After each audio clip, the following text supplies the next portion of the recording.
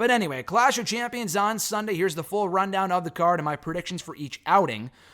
Real quick, just because I think this is ending up on the kickoff show, for the Cruiserweight Championship triple threat match, Drew Gulak versus Humberto Carrillo versus Lince Dorado. Dorado earned the shot after beating Carrillo on 205 Live in one-on-one action last week on the show.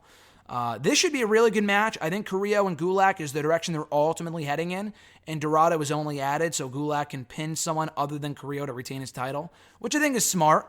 And Gulak has success in triple threat matches. He beat, Tony Nese and Akira Tozawa in that three-way match back at Stomping Grounds to become the Cruiserweight champion. So this is nothing new for him. But I think it should be a really fun match. These guys should work very well together. But I do think Gulak is retaining the championship as he should have to keep Carrillo in chase mode. And hopefully we see Carrillo and Gulak clash one-on-one for the championship before long. Maybe at the Hell in a Cell pay-per-view.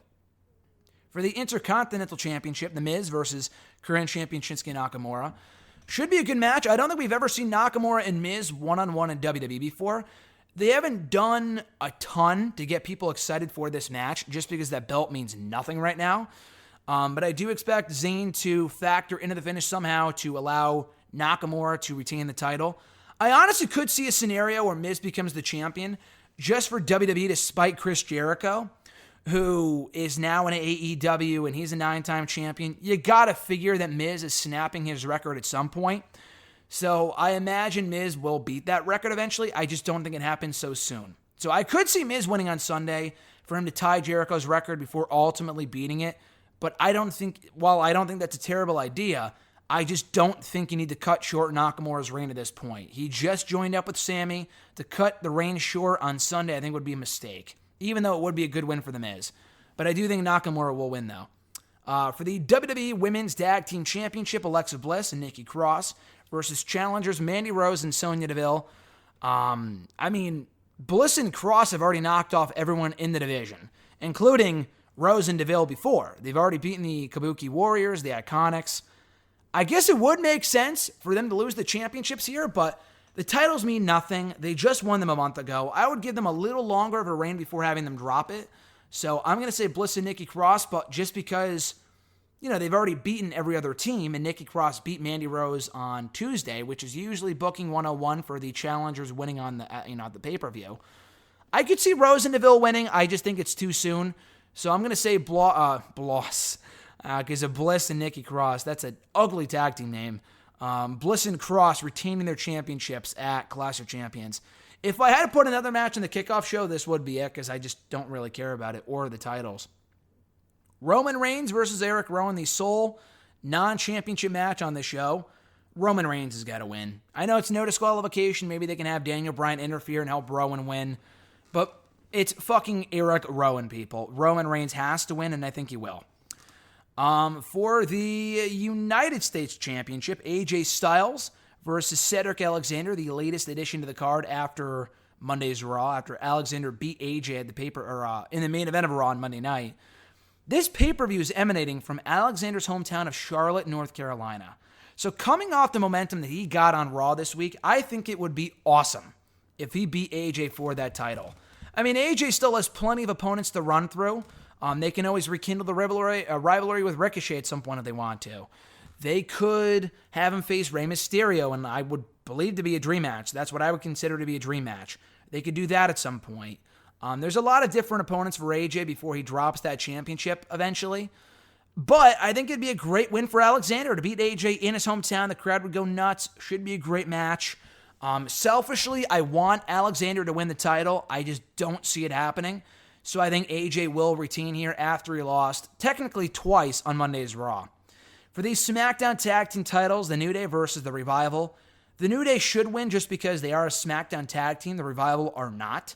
So to give the tag titles to a Raw tandem doesn't really make much sense. They could always move them to SmackDown if they win. I just don't see it happening. So I think the New Day retain here.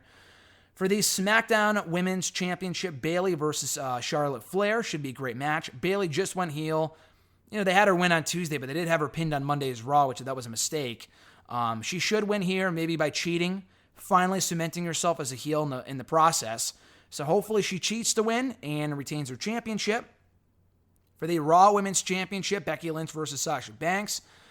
Sasha is doing really well for herself right now, and I don't want to see her get pinned so soon. So I have my issues with her getting pushed out of the gate after sitting on the sidelines for so long, but she's the hot hand right now. I would strike while the iron is hot and give her the Raw Women's Championship. You gotta know it's only a matter of time before she wins it anyway, so she might as well just win it here. So I'm going to say Sasha Banks, new Raw Women's Champion. For the Raw Tag Team titles, we have Seth Rollins and Braun Strowman versus Robert Roode and Dolph Ziggler.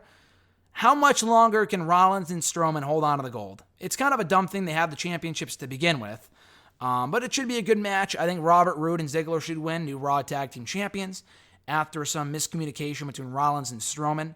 Before we get to their match in the main event, I'm going to predict Randy Orton winning the WWE Championship from Kofi Kingston. Now, initially I said Kofi will retain, but with Hell in the Cell next month, I just think there's a better chance of Randy Orton taking the title here on Sunday, and then Kofi being in chase mode for a bit before getting the belt back from Orton at Hell in the Cell, which I think is ultimately what they should do.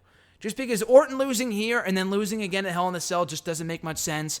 I don't think they should end the feud on this pay-per-view. It should extend into Hell in the Cell. It just makes sense with the feud they've been having in the last couple months, 10 years, whatever. It just makes a lot of sense. But yeah, after Kofi was the last man standing on SmackDown, it just makes more sense to have him lose here. Orton gets a brief reign of the title for the 15th time, I want to say. And then Kofi wins the belt back to complete the story, prove that he is superior to Orton at Hell in the Cell. And then finally, in the main event of Clash of Champions, Seth Rollins, Braun Strowman colliding one-on-one for that Universal Championship. We already know it will likely be Bray Wyatt, the Fiend, challenging the winner of this match to that title, for that title at Hell in the Cell next month.